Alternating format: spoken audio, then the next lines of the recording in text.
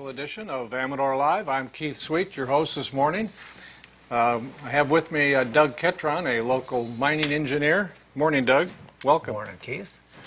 Thanks for being here. My pleasure. You are currently on the, at least one of the things that I know about, you're on the Kennedy Mine Foundation board. That's right. Was one of the founding members and still hanging in there. Now that board consists of individuals from a variety of different organizations. Yeah, in order to avoid having a closed group, when we formed the corporation or formed the foundation, we decided that various organizations throughout the county could appoint someone to represent them. And so we've got people on the board that from the City of Jackson, City of Sutter Creek, the Central Sierra Mining Association, the Land Trust, and we've got some members that are selected by the volunteers, and then the board of directors actually only picks one other director. One of the things that our viewers should know, and probably do know, that a lot of the activities around Amador County are manned or kept up and by volunteers. Well, the Kennedy property was left to the Nature Conservancy. Sybil Arata wanted that property kept as open space and wildlife habitat. And rather than sell the property as the Nature Conservancy wanted to, the Kennedy Foundation was formed. And so the property now is developed and maintained as a community asset. It's available for various community events, barbecues, fundraisers. The amphitheater has the 2 productions a year. And then we do school tours and educational tours for people to drop in. Taking a tour at the Kennedy Mine, that's on Thursday through Sunday? No, it's just weekends from March through October, weekends only. We're all volunteers, so we run a little short of people to be able to. It's a lot of fun. I really enjoy doing it. Well, I know you've been doing it for a long time, and I mentioned Thursday because Thursday is kind of a work day. I think everybody shows up on Thursday. Yeah, Thursday tends to be the work day when take care of office chores and maintenance and some of the construction. The physical volunteers tend to be in on Thursdays. I know you can't go down into the mine. It went down how many feet? The mine's total depth is 5,912 feet below the surface. One of the deepest mines in North America. Yes. When we have the deep pit barbecue in the spring, we have the deepest pit in North America. Now, you can't go down it, but you brought a picture that I think maybe we want to see if our viewers can take a look at. What is this exactly? Which one are we on? This is a picture of the mother lode vein down there, and you can see I hope it shows up, but there's the black line running across there is the fault that fractured the rock so that the white quartz could come in. And the mother lode vein would be maybe no wider than a few inches of that black gouge, or it could be as wide as 30 feet. And so that's what the mother lode vein would look like if you were standing down in the hole. Now, that miner down there has no shirt on, and you told me earlier that it's kind of like Florida temperature down there. Yeah, down at the bottom it was 87 degrees with almost 100% humidity. Not very comfortable working conditions, like I say, like Florida in the summer. If someone takes a tour with you or one of the many volunteers you have up at the Kennedy Mine, what kind of a sense of the mining operation do they get? Well, what they'll get is pretty much a different tour with different guides. We do have You don't make it up as you go along. No, we have a guide, guide book, and then everybody likes to show the story different. But hopefully you're entertained and educated and get to see around the property. We have an old film that was made in 1914 of the mine in operation, and so the course of the tour we show that film, then we go see these places that were filmed in 1914. And that film does show people going down into the mine. It shows the people going down, coming up. It shows them pouring a bar of gold. I like to kid around when the fellas take that sponge gold out of the furnace. He drops the vessel on the floor.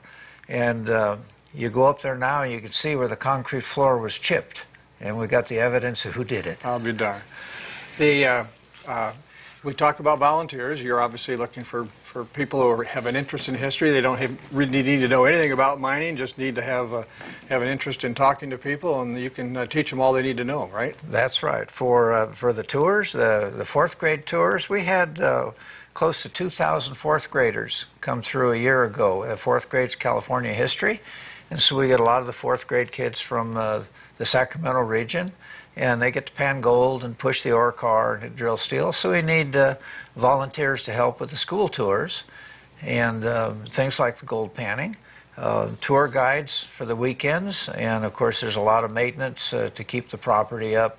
Something as simple as mowing the lawns.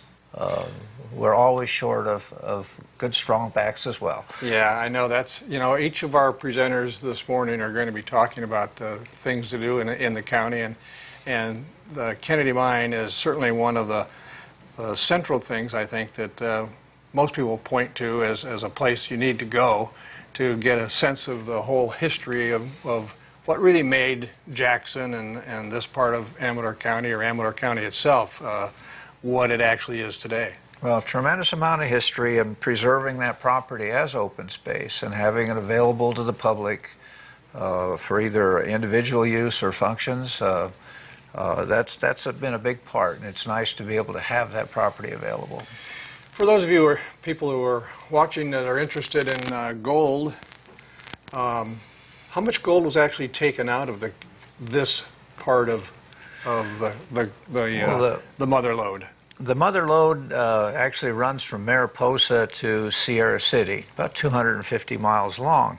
But the 10 miles between Jackson and Plymouth produced half of the gold that came out of the mother lode. And it's just about 8 million ounces came out of this 10-mile stretch, which at today's price would be close to $10 billion.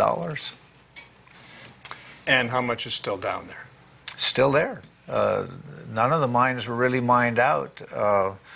The mines were closed by executive order by President Roosevelt in the spring of 1942.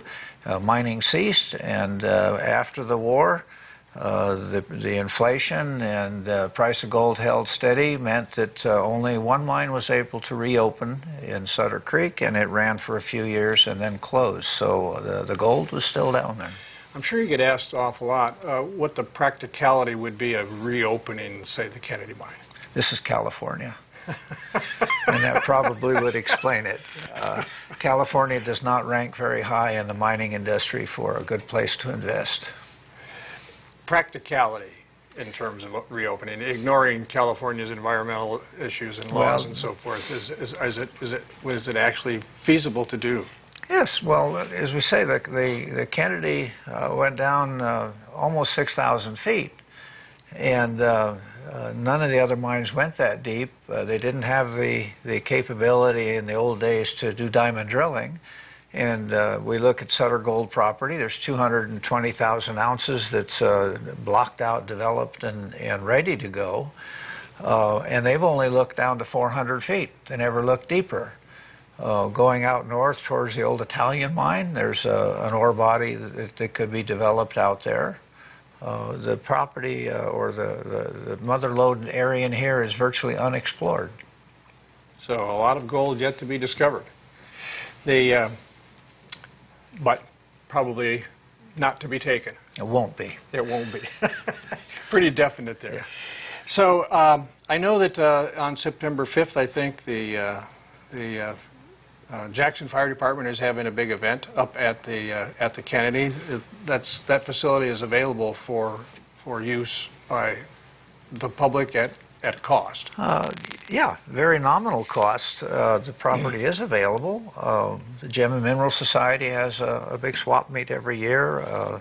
There's several fundraising barbecues. The amphitheater is also available. The Arts Council has used the amphitheater for concerts. We've had Arts Council events up at the main mine because we have another stage and venue. the Amador Youth Orchestra needed a place to put on their performance for parents and grandparents, and we just opened up the property and invited them in. So contact the mine. The website pretty well describes what we've got. And, what is that website? KennedyGoldMine.com. Okay. Is there a phone number that you know of offhand? It's on the website. It's on the I website. don't call it. That's what I do all the time. I have to go to the website to see what it is. They call me. I don't call them. Well, I appreciate your coming on this morning, Doug. I know that that Kennedy Mine head frame is an iconic identification for mining in the entire Mother Lode region, but it certainly signifies a central part of mining and gold mining here in Amador County. So we'd like to light that head frame. Well, we think at night having that head frame lit up. It would be. That would be gorgeous. Would really look good. Coming down. I think there's plans to work. You're working on that, though, sure. aren't you? If we can get some volunteers to pitch in and help, and we get that one done, we'll be able to backlight that head frame as a real symbol of the county. Well, we'll close on that. If you got some inclination to donate to the Kennedy Mine Foundation, part of that will go to lighting that head frame. Thanks again, Doug. Okay, Pete, thanks for the invitation.